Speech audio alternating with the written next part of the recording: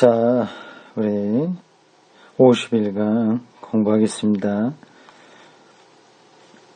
265쪽입니다. 지금 우리는 11장 하나님의 신성과 인성이라는 제목의 글을 따라서 읽고 있습니다. 하나님의 신성과 인성이지만 앞에서도 말씀드린 것처럼 하나님에게는 신성과 인성이 따로 있는 게 아닙니다. 하나님이 신성이죠. 이 제목이 말하려고 하는 것은 예수 그리스도의 신성과 인성입니다.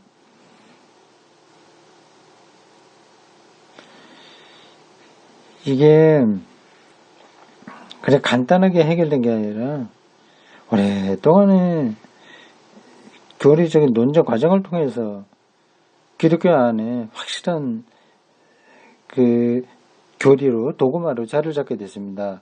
예수는 참된 하나님이며 참된 인간이다고 하는 겁니다.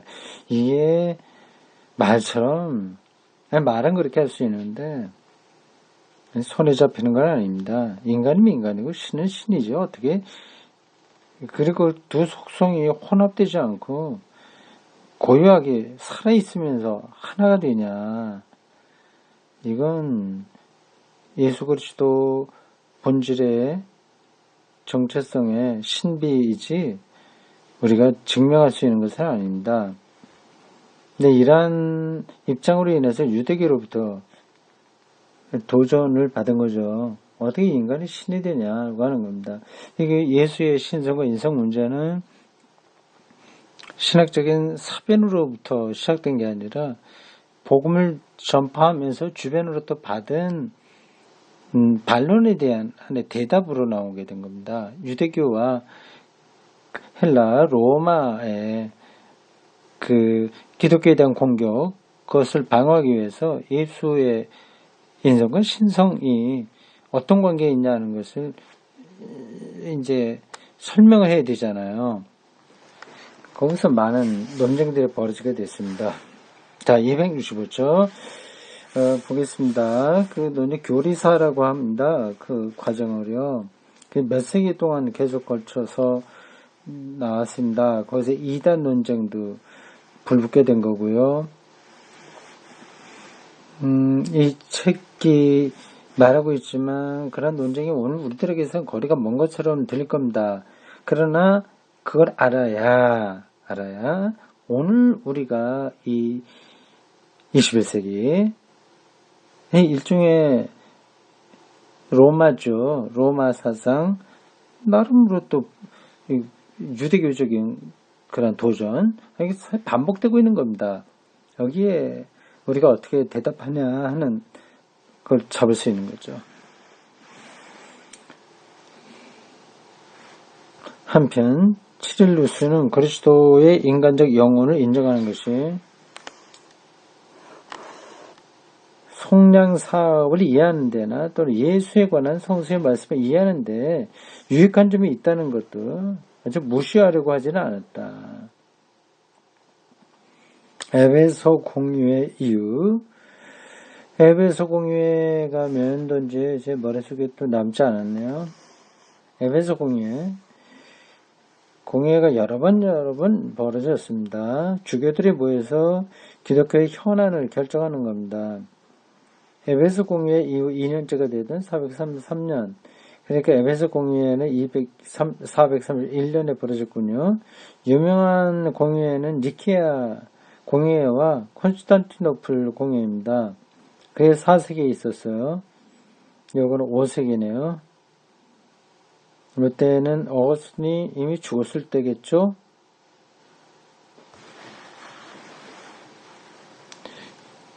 기독교 경전인 신학, 구약은 이미 유대교가 결정한 걸 그냥 받아들였을 뿐이니까 그렇게 문제가 되지 않습니다. 기원후 90년 얌리아 종교회의에서 유대교가 39권을 경조로 삼았고 기독교는 그걸 그대로 받아들였습니다. 다만 교회 안에서 생성된 그 문서들은 서로 논란이 많았습니다. 그게 기원 후 395년인가요? 칼케톤 공의회인가? 거기서 결정되었습니다. 그 신약 성경 27권이 경전으로 된 거는 종교회의에서 된 거예요. 이 공회, 이게 중요한 겁니다. 433년에는 그의 반대자들과 일치하는 표현을 인정한 바 있는데, 이것은 네스토리우스가 의미하는 바대로 그리스도의 일체성을 분석하지 않는 한 그리스도의 두 본성, 신성과 인성이죠. 얼마든지 말할 수 있다는 것이다. 이로써 근본에 있어서는 후에 교회의 공적 교의가 된 공식적 도구마가 된 이른바 양성론, 베레 호모 베레 데우스, 참된 인간, 참된 하나님, 이 양성론을 이미 주장한 셈이다.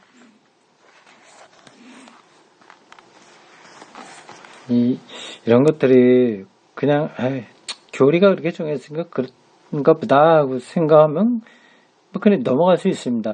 근데 과연 따지고 들어서 어떻게 예수가 인간이면 인간이고 신은 신이면 신이지 어떻게 신이고 인간인가 하는 거를 생각해 보면 좀 까다로운 거예요. 예수에게 인간성 있다고 하는 건, 인간이라고 하는 건 이건 다시 말하지 않아도 되고요. 제자들과 같이 먹고 마시고 아프고 힘들고 등등 인간이 느낀 모든 실존을 그대로 느꼈으니까 되는 겁니다.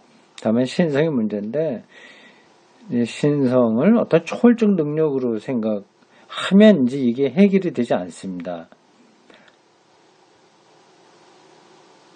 예수가 죽었잖아요. 죽는다고 하는 게 이건 인간의 속성이니까 신성이 이게 완전히 초월적 능력으로 갖추고 있었다면 죽으면 안 되죠. 예수에게 하나님 나라가 실현됐다, 완성됐다 하는 그런 관점에서 예수의 신성을 얘기하는 겁니다. 예수의 얼굴에 있는 하나님의 영광을 알게 됐다 그거죠.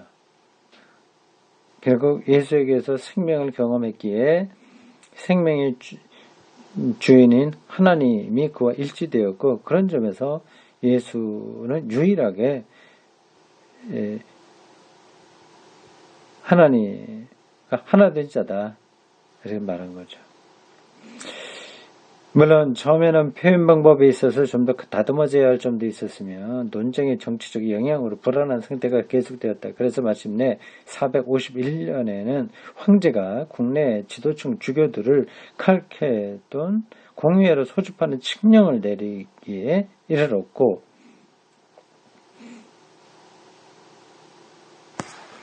그 당시 공회는 교황이 아니라 황제가 내렸어요. 기독교가 로마의 국교가 됐으니까 그렇죠. 국교가 되기 전 니케아 회의도 황제가 내렸습니다. 소집했습니다. 그래야 최종적으로 평화 회복을 위한 일치된 표현 양식을 이루게 됐다. 주교들은 처음에는 거부 반응을 보였지만 마침내 황제의 뜻에 승복하여 한 문장을 만들었다. 이것이 니케아와 콘스탄티노플의 신앙 고백문과 병전하는 교회의 그리스도 신앙 고백이 된 것이다.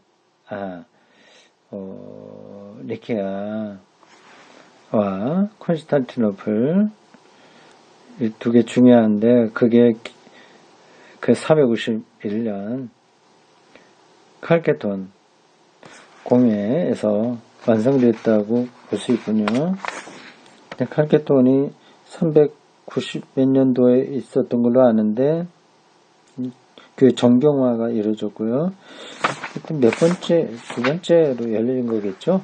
칼케톤이라고 하는 곳에, 지금 터키 지역일 겁니다.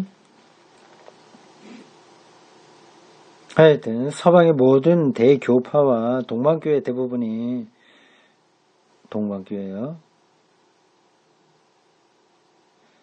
이 그리스도 신앙 고백을 받아들이고 있는데 그러나 니케아와 콘스탄티노플의 신경과는 달리 그리스도교의 예배를 통해서 보급되어 있지는 않으므로 여기에 그 전문을 소개해둔다. 요게 결정되군요. 450년도에요. 읽어볼까요? 공회가 열리면 늘 어떤 결정문이 나옵니다. 신조라고 보통 얘기하죠. 니케아 신조, 콘스탄티노플 신조, 칼케돈 신조입니다. 성스러운 교부들을 따라 우리는 그리스도교 신자들이 아이와 같이 신앙 고백할 것을 일치된 마음으로 가르치는 바이다. 유일한 아들이신 우리 주 예수 그리스도는 유일한 하나님의 아들이죠. 여기 하나님이라는 게 빠졌네. 유일한 하나님의 아들이신, 그렇게 하지 맞지 않습니까? 유일한 아들이신 우리 주 예수 그리스도는 신성에 있어서도 완전하시고 인성에 있어서도 완전하시며 참 하나님이요 영혼과 육신을 가진 참 사람이시며 육신으로 사람이라고 할 때 육신만 그럴 게 아니라 영혼까지 포함한 겁니다. 신성을 따라서는 아버지와 같은 본질을 가지고 인성을 따라서는 우리와 본질이 같아서 죄 이외에는 모든 것이 우리와 같으시며 그에게는 원죄가 없다 얘기죠. 죄가 없이 모든 것이 우리가 같다는 거예요. 좀 외람된 표현이지만 그런 예수님도 인간의 성적인 욕망을 느끼셨다. 그 말에도 틀림은 아니겠죠. 그게 성적인 욕망이 죄가 아니니까 우리가 죄 이외의 모든 것이 같다고 한다면 예수님에게도 그러한 욕망이 당연히 있어야 되죠. 성적인 욕망이 없다고 얘기하면 그게 이단입니다. 신성을 따라서는 영혼으로부터 아버지에게서 태어나셨고 인성을 따라서는 마지막 날에 우리를 위하여 우리의 구원을 위하여 동정녀이며 하나님의 어머니인 마리아에게서 태어나셨다. 이 마리아를 대단히 높이죠. 하나님의 어머니라고까지 표현했어요.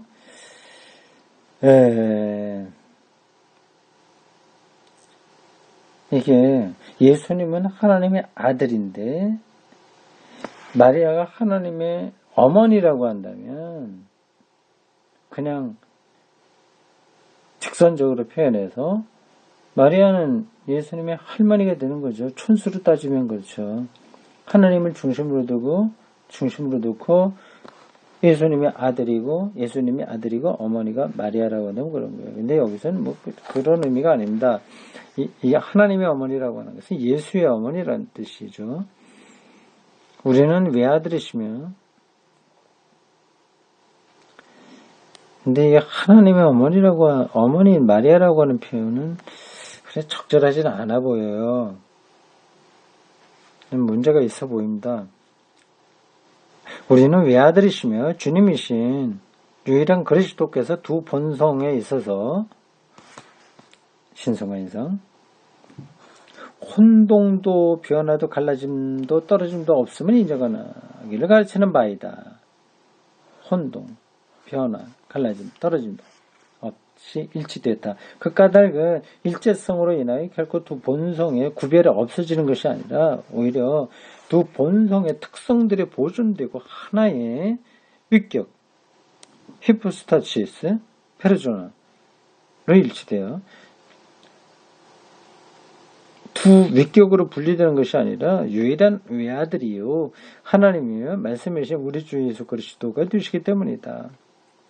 여기서는 일찍이 예언자들이 그분에 대하여 우리에게 가르쳐 주었고 예수 그리스도 자신이 가르쳐 주었으며 교부들의 신앙 고백으로 우리에게 전승된 바와 같은 것이다.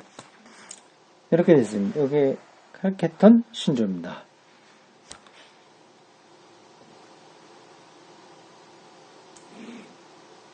이게 뭔 소리야? 큰 생각이 들 수도 있습니다. 뭐 혼동도, 변화도, 갈라짐도, 떨어짐도, 뭐 이런 용어들이요. 철학적인 언어에서 어떤 걸 가리키는 겁니다.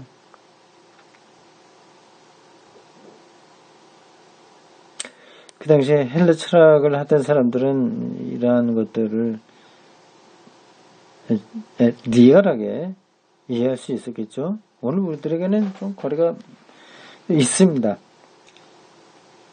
그리고 이것은 앞에서 말씀드린 대로 예수 그리스도를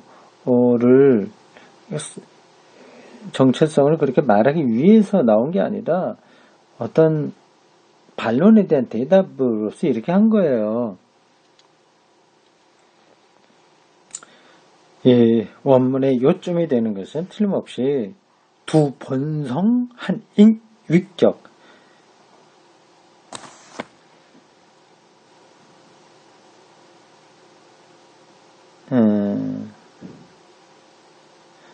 두 본성의 신성과 인성, 한 위격이라는 예수라고 하는 인격, 위격, 예수라고 하는 한 인물 안에 두 본성이 있다.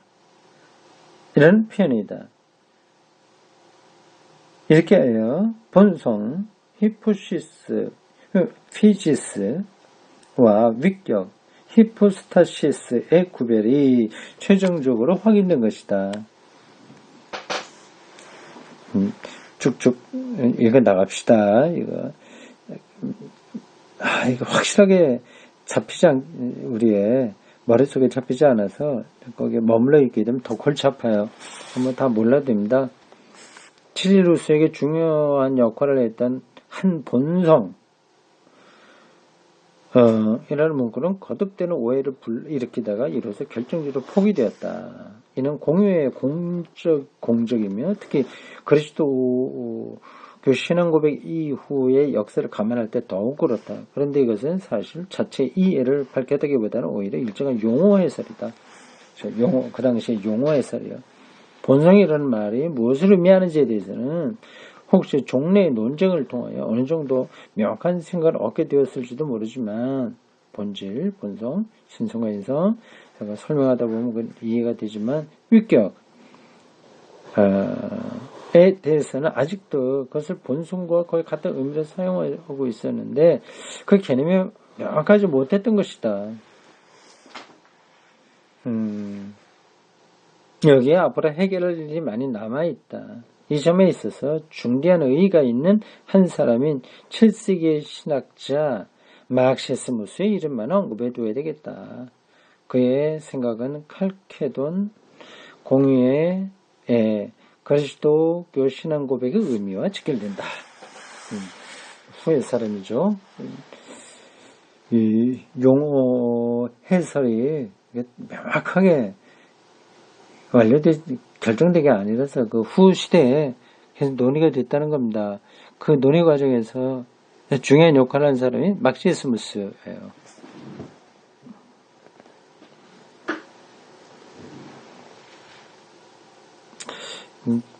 발음을 잘못했습니다. 막시스무스가 아니라 막시무스입니다. 막시무스는 참된 일체성의 기본 조건에 대한 깊은 견해를 가지고 있다. 일체성, 하나됨. 이것은 두 사물이 각기 그 본성의 속성을 유지하면서도 서로 결합될 때 비로소 완전히 이루어진다는 것이다. 인용한 문장입니다. 사물들의 일체성은 확실히 그들 상호 간의 본성적 구별이 보존되는 한에서 이루어진다. 특별히 의미가 있는 말처럼 들리진 않네요. 이게 중요하다고 하는 거죠. 유일한 그리스도 안에서 신성과 인성이 본래 모습대로 있으면 있을수록 하나님의 사람 되심의 신비도 그만큼 크게 빛난다.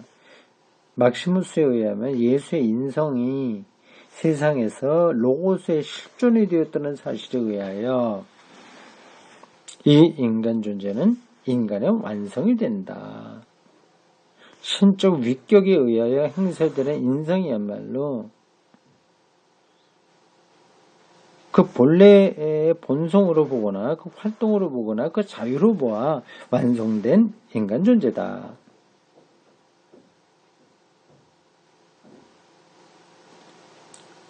그런데 그리스도의 인성은 만물을 주재하시는 하나님의 창조적 능력을 통하여 신성에 완전히 사로잡혀 있다. 여기서 막시무스는 그리스도론 초기의 생각으로 되돌아간다. 인용한 문장입니다. 하나님은 하나님으로 머무르면서도 만물로 변하실 수 있다. 참 생각이 넓습니다. 이렇게 교부들이 막시무스는 7세기니까 초기 교부는 아니에요. 근데 교부의 그 생각을 전통을 다 이어받았죠. 지금 우리들보다 훨씬 더 성숙한 생각을 한 겁니다. 하나님은 하나님으로 머무르면서도 만물을 변하실 수 있다고 이미 터툴리아누스가 말한 바 있다. 요 인용문은 터툴리안이 한 말이군요. 요거하고 막시무스의 생각이 맞아 떨어진다는 겁니다. 그러니까 교부들이 이렇게 생각이 없이 무조건 예수만 주장한 사람들이 아니죠. 생각이 깊었습니다. 위대한 사상가들이죠. 그래서 기독교가 그 당시 로마, 헬라 문명과의 대결에서 이제 승리한 거죠, 말하자면. 그렇게 할 수 있었습니다. 이 말은 변한다는 말만 제외하면 이것도 올바르게 해석될 수 있는 것이지만 본질적인 것을 말해주고 있다. 하나님은 그의 만유 주대권으로서 자기 자신에게, 즉 자기 아들에게 세상에 존재할 수 있는 실존을 창조할 수 있으며 또 그런 방법으로 세상을 초월하여 계시면서도 우리 가운데 존재하실 수 있다는 것이다. 초월과 내재가 하나님에게서 일체를 이루고 있다. 그죠? 이상 말한 게 증거자 막시무스. 증거자라고 하는 별명이 있어요. 그게 의미가 있는데 제가 정확하게 말할 수가 없네요. 별명입니다. 예를 들자면 순교자 스테반 이렇게 하듯이요. 막시무스 증거자라는 별명이 있었던 것으로 보입니다. 그의 논술의 대략이다. 그리스도 신비에 대한 그의 해설의 칼케돈 공유의 신앙 고백을 이해하는데 얼마나 기여할 수 있는가 이 점을 다시 한번 살펴보자.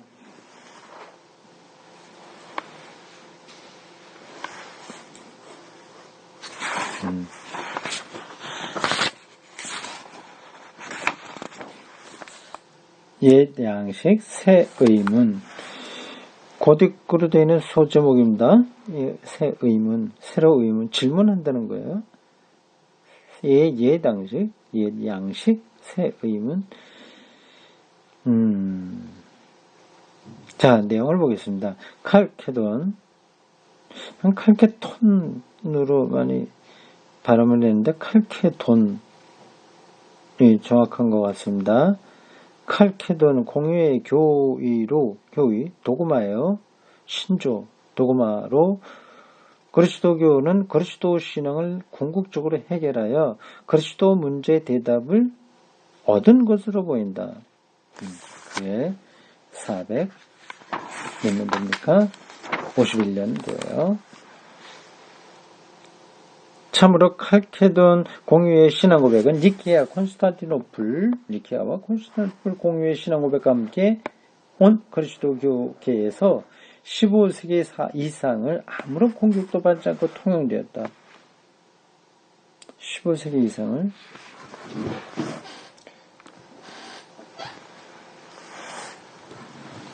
지금까지 그렇다는 거겠죠? 현재까지. 그렇게 돈이 451년이니까 451년에서 지금까지니까 거의 1500년 동안 아무 공격도 받지 않고 통일됐다. 그러나 그 자체는 신약 성서가 말하고 있는 것에 요약에 지나지 않는다고 생각된다. 결국 신조가 아무리 뛰어나다고 하더라도 신약 성서가 근본이라는 뜻이죠. 그러면 우리는 교회의 이 해답을 얼마나 이해하고 있는가. 신앙 고백이 명백함에도 불구하고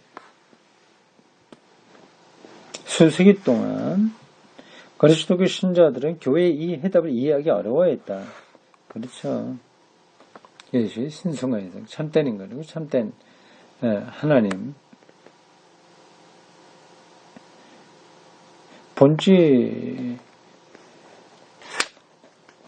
두 본질이 예수 안에서 하나가 되어 있다고 하는 걸 이해하기 어려워했죠. 이 점은 451년 칼케돈 공예 이후의 신학의 복잡한 논란을 보아도 충분히 알 수 있다. 한 인간이 어떻게 신이 될 수 있는가? 지금도 여전히 논란이 되는 질문이죠. 옛날에는 이런 식의 주장을 내세울 수도 있었을 것이다. 그 당시에는 신들이 사람의 모습으로 나타났다는 이야기가 많았고 신의 인간 현현여 또 이것은 그리스도교 복음과 그리스도에 대한 교회의 가르침에도 도움이 되었기 때문이다. 그러나 지금도 그런 식의 주장을 내세울 수 있는가? 예수가 신이라고 하는 주장이 오늘날에도 가능한가? 오늘날 우리가 우리의 현실을 체험하고 이해하는 방식의 범위 안에서 이 범주, 생물학, 물리학, 범주 안에서 과연 신이요 인간이라는 생각이 통할 여지가 있는가? 이것은 비단 지적인 의문만이 아니라 신앙상의 질문이기도 하다. 왜냐하면 신앙은 교회의 전승과도 일치해야 하지만 신앙인의 현실 체험과도 일치해야 하며 그렇지 못할진데 신앙은 현실과 유리되고 따라서 무력하게 되는 것이기 때문이다. 이건 중요한 지적이에요. 한국교회는 현실에 어쨌든 아무 상관없습니다. 전승을 문자적으로만 따라가고 있죠.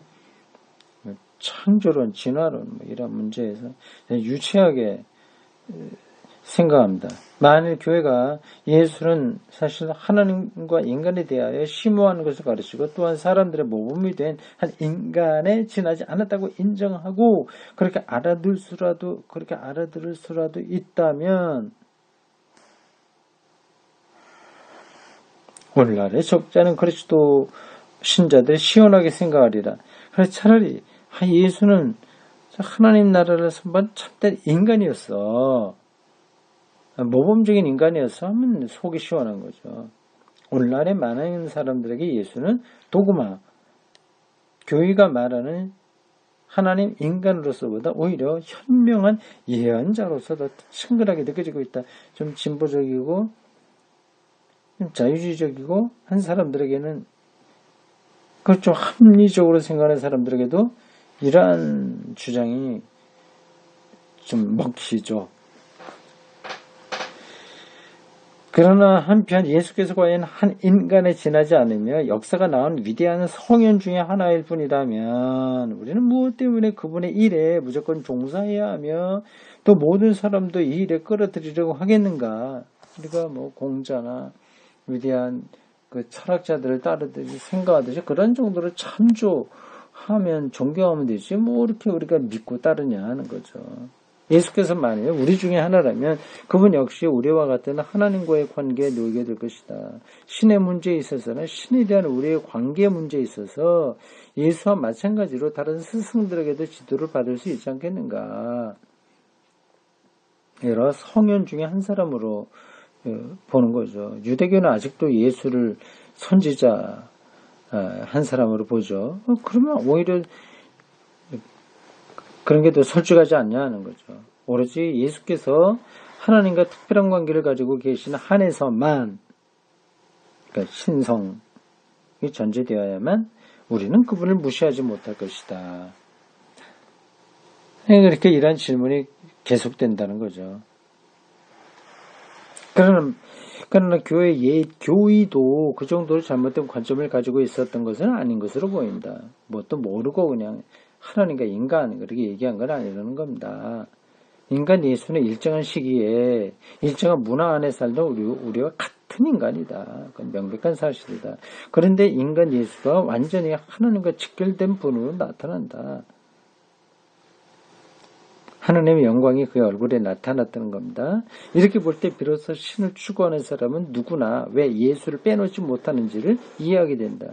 그리스도교의 모든 신앙이 예수의 신과 인간, 하나님이여 인간성에 대한 신앙 고백과 밀접하고 관계를 가지고 있다. 예수의 신성과 인성을 분리하거나 그 중에 하나는 중요시하고 하나는 무시하고 싶은 유혹을 피해야 한다.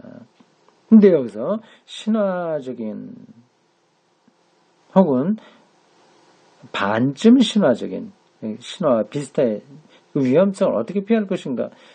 예수를 신화적으로 묘사하는 경향을 어떻게 할 것인가? 예수에게 예수를 신화적인 방식으로 혹은 반쯤 신화적인 존재로 갈 수도 있다는 거죠. 이해된 대답을 얻기 위해서 다시 한번 칼캐도 공의의 문헌으로 눈을 돌리려고 한다. 이거 좀 굉장히 중요한 이야기를 여기서 하고 있습니다. 재밌죠?